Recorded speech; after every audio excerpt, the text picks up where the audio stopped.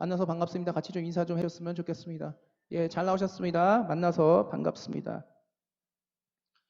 예, 오늘은 주보에 나와 있는 제목대로 하나님께도 돌아갈 때, 혹은 주보에는 없지만 하나님께도 돌아올 때라는 제목으로 같이 좀 은혜를 나누도록 하겠습니다. 요즘은 사실 대다수 가정이 맞벌이를 하기 때문에 자녀분들이 있는 가정들은 주로 어린이집 등지에, 특히 어린 자녀가 있는 젊은 부부분들의 경우에는 어린이집 등지에 맡겼다가 엄마나 아빠 중 한 분이 이렇게 퇴근하시면서 그 자녀를 맡겨놓은 어린이집에 자녀를 데리러 갔다가 그 자녀를 데리고 집에 차를 태워서 혹은 같이 대중교통을 타고 집으로 오는 경우가 굉장히 많습니다.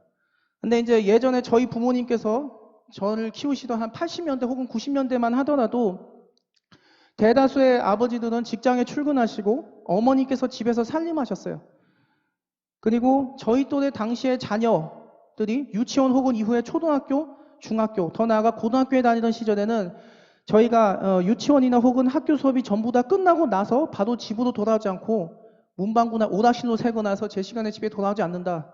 어디서 쉽게 말해 땡땡 치고 있다 그러면 걱정을 하시면서 빨리 집으로 돌아오시기를 기다렸던 경우를 많이 기억을 하고 있습니다.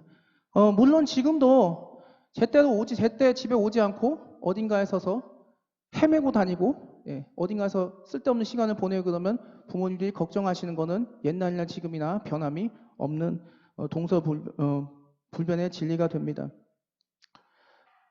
또 어떻습니까? 실종 아동이나 실종된 가족을 찾는 가족들은 그 잃어버린 가족을 찾기 위해서 동분서주하고 다니는 모습을 우리가 볼 수 있습니다. 덕분에 상세한 프로필과 사진을 크게 인쇄한 몽타주를 지하철 입구에 서서 지하철 타기 위해서 지하철 입구로 들어가거나 혹은 지하철 입구 밖으로 나오는 시민들에게 실종 가족의 몽타주를 배부하거나 요즘은 좀 드뭅니다만 과거에는 이제 벽 혹은 시민 게시판에 게시하기도 했었죠. 그 몽타주를. 그리고 요즘은 인터넷 사이트 광고란 혹은 배너 혹은 팝업창에 이렇게 게시를 하는 경우도 종종 볼 수 있습니다. 근데 그 가족들이 그렇게 한 이유는 반드시 잃어버린 혹은 실종된 가족을 찾을 수 있다는 신락 같은 희망의 끈을 간절히 놓지 않고 붙잡고 있기 때문에 그렇습니다. 또 어떻습니까? 반드시 잃어버린 오랜 실종 상태에 있는 내 가족이 반드시 우리에게도 돌아올 것이다라는 그 희망을 버리지 않고 있기 때문에 그렇습니다. 오늘의 본문은 예수님께서 잃어버린 한 영혼을 찾으시는 하나님 아버지의 마음을 비유해서 설명하신 예수님의 수많은 비유들 가운데 한 가지 내용으로 소위 말하는 유명한 돌아온 탕자의 이야기가 됩니다. 오늘 본문 통해서 하나님께도 돌아갈 때 어떻게, 하나님께도 돌아올 때 어떻게 회복이 되는지 다 같이 나누었으면 좋겠습니다. 오늘 본문 첫 번째 부분 29절에서 이렇게 얘기합니다. 아버지께 대답하여 이르되 내가 여러 해 아버지를 섬겨 명을 어김이 없거늘 내게는 염소 새끼라도 주어 나와 내 친구가 잔치하게 하신 일이 없다라고 장남이 그 아버지한테 따지기 시작합니다. 쉽게 말하면 이겁니다. 아버지, 나 아버지 말씀을 어긴 적이 한 번도 없거든요. 나 아버지한테 반항한 적 없는데 왜 나는 반항 안 하고 아버지 말씀대로만 하고 정말 착실하게 살았는데 왜 나는 송아지 한 마리를 잡게 해준 적도 없는데 라고 따지는 겁니다. 원래 오늘의 본문은 누가복음 15장 11절에서부터 시작합니다. 그리고 오늘의 마지막 본문 32절, 마지막 절인 32절로 이제 막을 내려요. 그래서 11절부터 살펴보시면 둘째 아들이 아버지에게 그의 아버지가 가진 재산 중 일부를 그 둘째 아들에게 떼어달라고 이렇게 이야기를 합니다. 그리고 그 재물을 가지고 다른 나라에 가서 며칠이 못해서 그 돈을 다 써버리죠. 그런데 가뜩이나 그 돈을 다 써버렸는데 그만 엎친 데 덮친 격으로 그 나라에 흉년이 듭니다. 오늘날로 치면은 우리가 20년 전에 겪었던 IMF 사태 같은 그런 외환위기 같은 경제적 위기를 그 나라가 겪게 된 겁니다. 그러면서 그만 거지로 전락을 하는 사태가 그 둘째 아들에게 일어나고 맙니다. 덕분에 그 나라의 백성 중 한 사람의 집에 얹혀 살면서 들에 나가 돼지를 치면서 돼지가 먹는 쥐염 열매로 배를 채우려고 했는데 아무도 주질 않아요. 그거라도 먹어서 좀 줄인 배를 움켜잡고 배를 채우고 싶은데 주는 사람이 아무도 없습니다. 이 쥐염 열매는 산골짜기나 개울가에서 잘 자랍니다. 높이는 한 15m 정도가 되고요. 쥐염 열매가 자라는 나무가. 여름에는 황록색 꽃이 피고 가을에는 꼬투리 열매가 있습니다. 그리고 이 쥐염 열매의 길이는 30cm 정도로 주로 돼지나 오늘 나오는 것처럼 소 혹은 말 등의 사료로 쓰였습니다. 주로.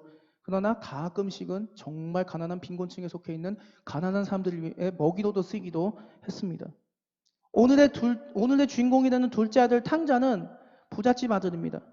그렇기 때문에 아무런 부족함 없이 평소에 산의 집이만 먹고 살았을 겁니다. 그러니까 이런 쥐염 열매를 설마 먹어서라도 배를 채워야겠는데 이것마저도 먹지 못한 사태가 벌어졌으리라고는 생각도 못했을 것입니다. 꿈에도 생각하지 못했을 테지만 이런 사태를 결국 겪게 됩니다. 근데 이 쥐염 열매조차 먹을 수 없는 가장 최하위 극빈곤층으로 그것도 외국에서 그만 이렇게 전락을 해버린 사실에 절망하면서 자신의 삶이 얼마나 헛되고 또 얼마나 잘못 살았는지를 깨닫게 됩니다. 그리고는 자신의 집과 아버지에게도 돌아가서 사죄하면서 아들이 아닌 종으로 자신의 죄를 평생 속죄하면서 살겠다라고 결심을 하고 고국에 있는 집으로 돌아와서 그대로 아버지에게 얘기를 합니다. 아버지, 하늘과 아버지에게 내가 죄를 지었으니 나는 감히 아버지 아들이라 불릴 자격도 없습니다. 그러니까 날 그냥 아버지 밑에 일하는 사람 중에 하나로 그냥 생각해 주십시오. 그렇게 얘기를 하죠. 그러니까 그 아버지가 제일 좋은 옷을 입힙니다.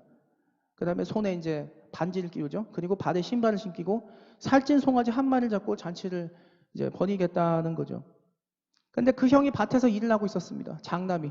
밭에서 일을 하고 있는데 뭔가 시끄러운 소리가 계속 들려요. 이게 무슨 소리지? 그 집으로 와보니까 시끄러운 소리가 들리니까 그 밑에 일하던 종한테 물어봅니다. 야, 이거 어떻게 된 거냐? 이게 무슨 소리야? 웬 갑자기 풍악이 울리고 이게 웬 시끄러운 시끌벅적하지? 물어보니까 둘째 도련님께서 돌아오셨는데 그것 때문에 주인님께서 지금 잔치를 벌이고 계십니다. 라고 이야기를 하죠. 그러다 보니까 어떻습니까? 장남은 화가 납니다. 그리고 아버지에게 따지게 돼요. 장남의 입장에서는 화가 나는 것이 당연합니다. 뭡니까? 소위 말해 오늘날로 말하면 장남은 엄친합니다. 말 그대로 범생, 모범생입니다. 부모님 말씀에 순종 잘하고 사고 친 적 없고 부모님 속 썩인 적 없이 모범적으로 그냥 살아오고 있는 거예요. 그런데 그런 장남한테는 귀양한 사고뭉치 동생에게 했던 것 같이 성대한 대접을 해준 적이 한 번도 없습니다. 그런데 여기서 중요한 게 있습니다. 이 장남이 본인이 자신의 아버지에게 허락을 구해서 친구와 함께 성대한 잔치를 벌여서 집에서 놀겠다라고 허락해달라고 하면 그 아버지가 허락 안 해줬을까요? 아마 볼 것도 없이 허락해 줬을 겁니다. 그래서 여기서 주는 한 가지 귀한 포인트가 있는데 이 아들이 그렇게 아버지에게 저도 친구들과 함께 집에서 좀 잔치 벌리고 놀게 해달라고 안구했던 것처럼 우리도 그렇게 하나님 앞에서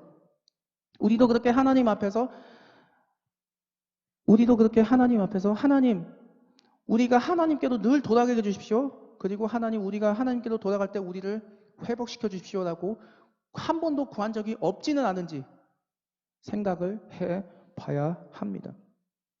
우리가 일반적으로 하나님께 구하는 건 어떻습니까? 정말 많아요. 일반적으로 세상적인 것들이 주를 이룹니다. 그럴 수밖에 없는 것이 이 세상 자체가 매일매일 매 순간 바로 치열하게 살아가는 현실적인 영적 전장터이기 때문에 그렇습니다. 그리고 또 한 가지 이유는 그 세상적인 필수적으로 기도하며 구하는 것들이 인간의 노력만으로는 절대로 얻을 수 없는 것들이기 때문에 그렇습니다. 그런데 우리가 생각해야 할 것이 있는데 우리가 하나님께 구하는 기도는 우리가 하나님께 구하는 기도를 하는 것이 항상 어려운 상황에 처했을 경우에만 그렇게 하지 않았나. 쉽게 말해서 평소에 그냥 아무 일도 없이 그냥 평온하게 흘러갈 때는 기도도 안 하고 그냥 대강 애다 모르겠다 하면 습관적으로 예배드리고 살았지 않았나 하는 것을 한번 점검해야 된다는 그 말씀입니다. 정말로 인간적으로 노력으로 도저히 해결할 수 없는 상황에 처했을 때 우리가 할 수 있는 게 기도밖에 없어요. 우리가 하나님을 만나고 또한 어려운 상황에 처했을 때 구하고 요청할 수 있는 것이 성경 말씀 제외하면 기도밖에 없음을 너무나 잘 알지만 사람이란 존재는 자신이 어려움을 당했을 때만 하나님을 찾는 존재라는 이 안타까운 사실에 우리는 다시금 되돌아보게 됩니다. 기도는 무엇이냐? 바로 내가 하나님께로 돌아가는 것을 의미합니다. 우리가 몸이 아프다고 할 때 몸이 회복되기 위해서는 의사의 진단과 처방에 따라서 약도 먹어야 하고 또 치료도 받아야 합니다. 그리고 그만큼 또 잘 쉬어야 됩니다. 이와 같이 기도를 통해서 내가 하나님께 돌아간과 동시에 하나님과의 교제도 회복되는 것, 그것이 그 시발점이 바로 그 출발점이 기도가 된다는 사실입니다. 근데 문제가 있어요. 기도가 습관적으로 되면 안 돼요. 습관적으로 기도가 되게 되면 그게 아무 의미가 없게 됩니다. 매 시간 기도를 하는 순간이 바로 하나님께로 내가 돌아온 때이고 내가 회복되는 시간이 되어야 합니다. 그리고 매 시간 기도할 때마다 말씀 보실 때마다 하나님 내가 이 말씀 보는 시간이 내가 기도하는 시간이 하나님께로 돌아오는 시간이 되게 해주시고 내가 회복되는 시간이 되게 해달라고 기도를 해야 됩니다. 저와 우리 일심의 성도 여러분들이 그런 신앙과 믿음을 가지고 그런 기도를 하면서 그렇게 마음가짐으로 말씀 보면서 신앙생활하는 저와 여러분이 되기를 바랍니다. 오늘 본문 두 번째 부분에서 이렇게 얘기하죠. 30절에서 아버지의 살림을 창녀들과 함께 삼켜버린 이 아들이 돌아왔는데 이 사고친 이놈의 귀향을 축하하겠다고 완전히 거짓골 다 돼서 돌아오는 이놈 축하한다고 이놈의 돌아온 걸 축하한다고 살찐 송아지를 잡았습니다고 이야기를 해요. 쉽게 말해서 아버지의 이 행동이 말이 안 된다. 기가 찬다면서 따지면서 지금 화를 내는 겁니다. 더군다나 그렇게 말도 잘 듣는 장남위에서는 한 번도 살찐 송아지조차 잡아준 적이 없는 아버지가 창녀들과 놀면서 오늘 날을 치면 유흥업소나 룸사롱 혹은 요즘 항상 TV에서 시끌벅적한 그런 클럽에 가서 여성들하고 놀면서 재산마저 다 탕진한 몹쓸 사고친 이 문제와 동생 녀석이 왔는데 이 사고친 놈이 그것도 돈 다 쓰고 거짓골 돼서 돌아와서 집안 망신 다 시킨 이놈이 그런 모습으로 와서 집안 망신 다 시키고 있는데도 살찐 송아지를 잡아줬다. 그리고 손가락에 반지를 껴주고 제일 좋은 옷을 입히고 제일 좋은 신발 시켰다는 그 사실에 기가 차하면서 분노하고 화를 내고 있는 겁니다. 그 불만이 지금 극에 달하고 있습니다.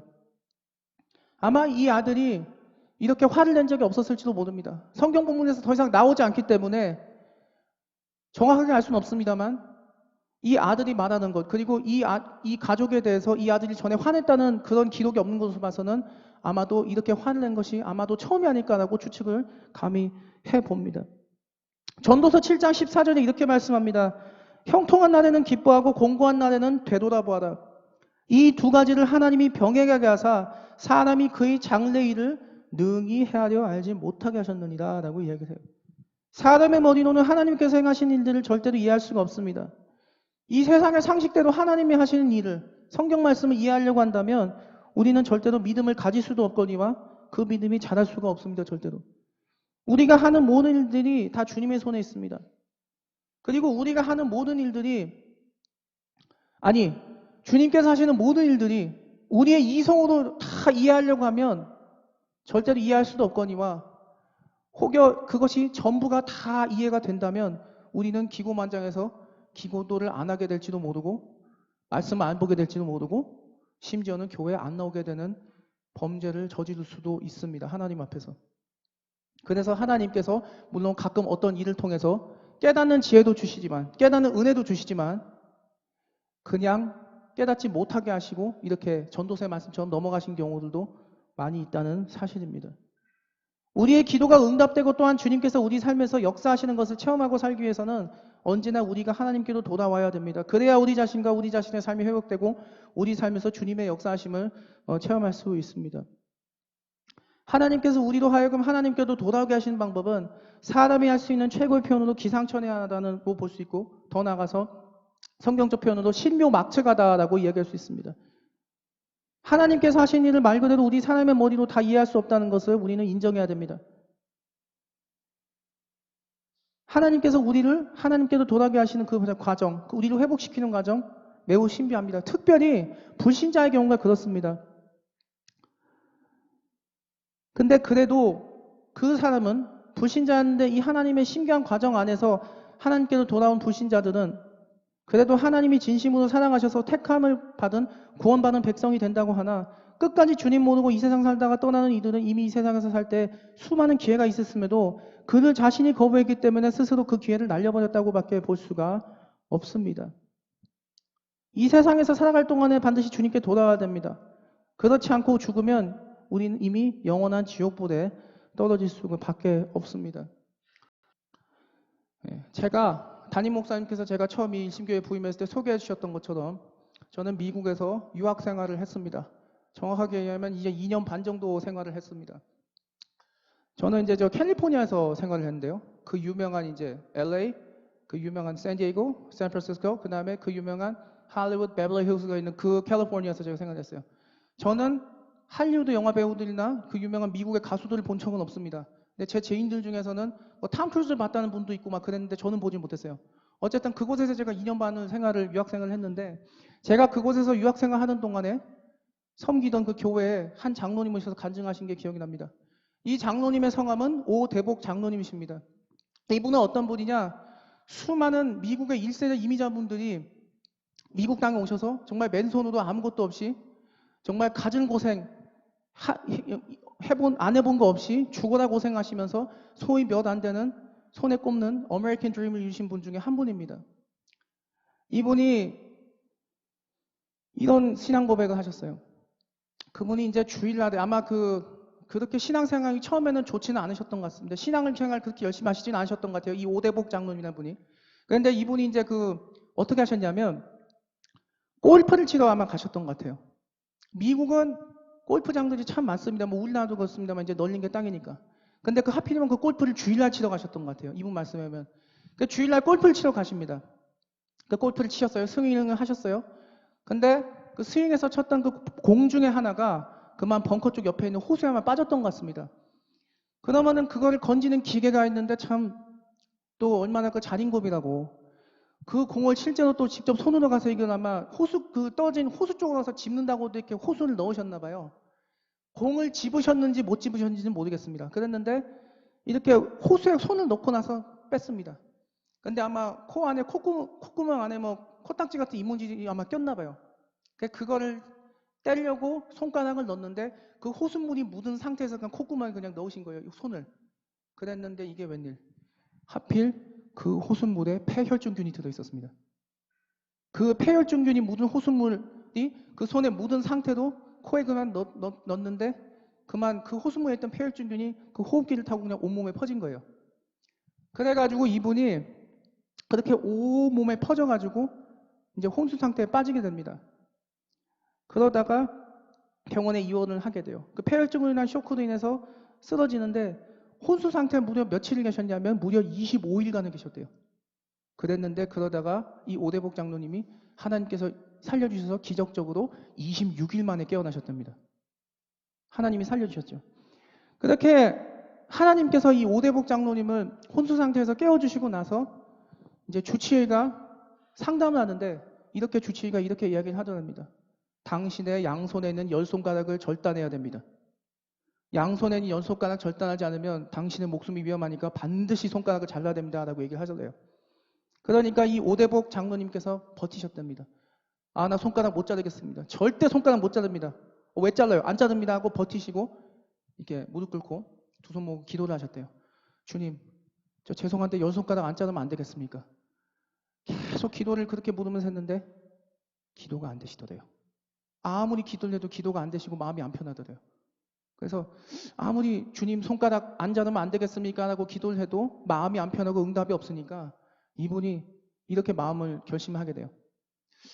기도를 열심히 했는데 기도 응답이 안 된다? 마음이 불편하다? 그러면 이거는 답이 하나다.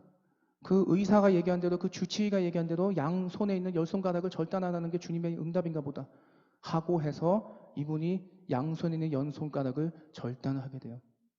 그러고 나서 이 오대국 장로님이 제가 미국에서 섬겼던 교회, 집회 오셨던 교회에서도 이렇게 딱 손을 들어 올립니다. 어떻게 돼요? 주먹 쥐우면 손가락 안 보이 이렇게 되죠? 딱 이 상태로 양손을 딱 올리시는 거예요. 이 상태로. 근데 저희처럼 손가락이 있는데 주먹을 오므린 게 아니라 손가락이 잘린 상태로 이렇게 올리는 거예요. 그러면서 울먹울먹 하시면서 이렇게 말씀하세요. 저 손가락이 없어요. 그러면서 이렇게 얘기를 하셨어요.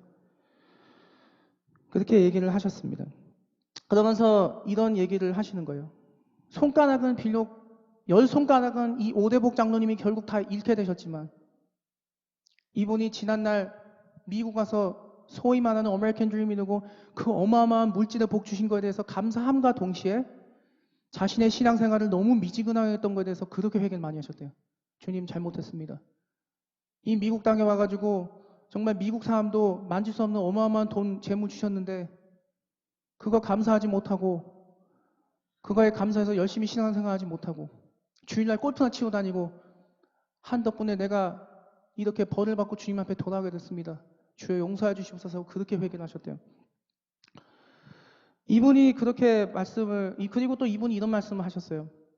그렇게 회개하시면서 어마어마한 물질적 축복도 주신 하나님을 찬양하면서 온 세계에, 그리고 미국 50개 주 전역에 간증 집회 인도하셔서 지금 다니고 계세요.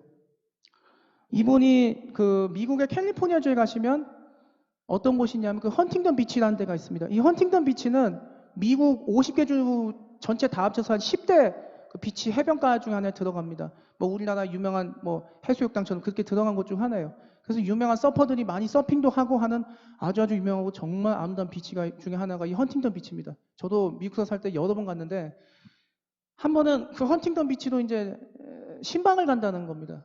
그래서 저보고 이제 따라오래요. 그냥 아무 생각 없이 그 헌팅턴 비치까지 따라갔습니다. 갔는데 엄청나게 큰 가게가 하나 있어요. 관광지에 일반적으로 가면 어떤 가게가 있습니까? 열쇠고리라던가 모자라던가 옷이라든가 그런 그 기념품을 가는 가게가 있습니다. 그 관광지의 이름을 새긴, 그 관광지의 시그니처를 새긴 그 기념품 가는 가게가 있었어요. 굉장히 큰 가게였어요. 거길 들어갑니다. 갔는데 이제 연세가 한 60이 훨씬 넘으신 여자분 한 분이 아유 어서 오세요 하고 반갑게 맞아주세요. 알고 보니까 이제 부인 권사님이세요. 그러고서 그 안을 들어갑니다. 갔는데 가게 안이 정말 넓어요. 뭐 아까 말씀드린 것처럼 기념품도 정말 많고 옷도 많이 걸리고 그래요. 그러고서 딱 들어갔는데 조그마한 사무실도 하나 있는 거예요. 들어갔더니 그 사무실에 들어갔더니 어떤 게 있냐? 어떠냐? 그 오대복 장로님이 앉아 계세요. 정말 가까이서 봤는데 정말 양손가락이 없었어요. 진짜 이렇게 양손이 다. 그리고 그 언청이라 그러죠. 입술을 닫아도 언청이는 위가 올라갑니다. 그런 것처럼 입술을 다 닫았어요. 이렇게 꽉. 그런데도 닫아도 이쪽에 올라가는데 썩어가지고 문져서 이렇게 돼 있었어요. 이렇게. 제가 폐혈증이라는 병이 무섭다는 것을 그때 이제 처음 알았는데 그렇게 앉아 계셨어요. 미국의 캘리포니아주에는 또 어떤 지역이 있느냐? 그 넓은 땅이 있는데 그 토렌스라고 하는 지역이 있습니다. 이 토렌스라는 지역은 누가 주로 사냐면 일본 사람들이 주로 많이 사는 지역이에요. 이 토렌스라는 지역은 그래서 가시면 그 일본계 가게도 정말 많고 그 일본인이 세운 그런 백화점들도 일본식 이름을 딴 그 백화점도 있고 이렇습니다. 이 토렌스라는 지역은 캘리포니아주에서. 그런데 거기에 가시면 토렌스 한인 장로교회라는 어마어마하게 큰 교회가 있어요. 5천 명 정도 모이는. 이 5천 명 정도 모이는 어마어마한 토렌스 한인 장로교회 장로님으로서 이 오대복 장로님이 그 교회를 섬기시는데 이분 말씀에 의하면 그래요. 3, 4, 5만 불을 자기는 정기적으로 헌금한대요. 상상이 되십니까? 3, 4, 5만 불이면 단순 환율로 따지면 3, 4, 5천만 원인데 생각해 보세요. 한국에서도 3, 4, 5천만 원 정기적으로 헌금할 수 있는 만큼 재력 많은 분들 그렇게 많지 않습니다. 그죠? 근데 그만한 재력이 돼도 믿음이 돼야지 그만큼 헌금할 수 있는 거지. 재력이 그렇게 돼도 믿음 없으면 그렇게 헌금 못 해요.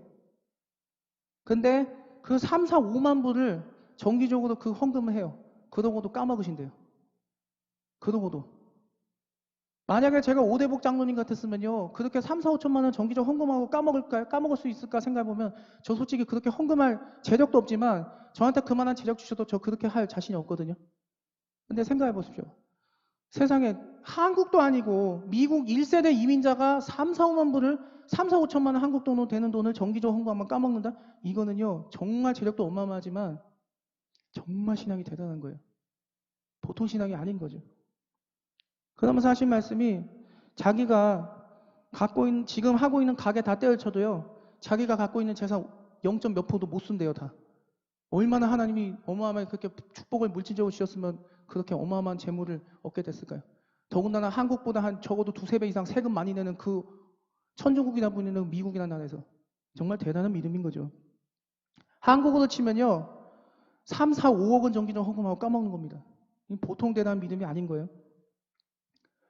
그러면서 이분은 담임 목사님 말씀에 무조건 순종하고 철저하게 아멘하고 그냥 따르시는 분, 가장 먼저 교회가 한다 그러면 제가 앞장서서 하겠습니다라고 하는 그런 분이었어요.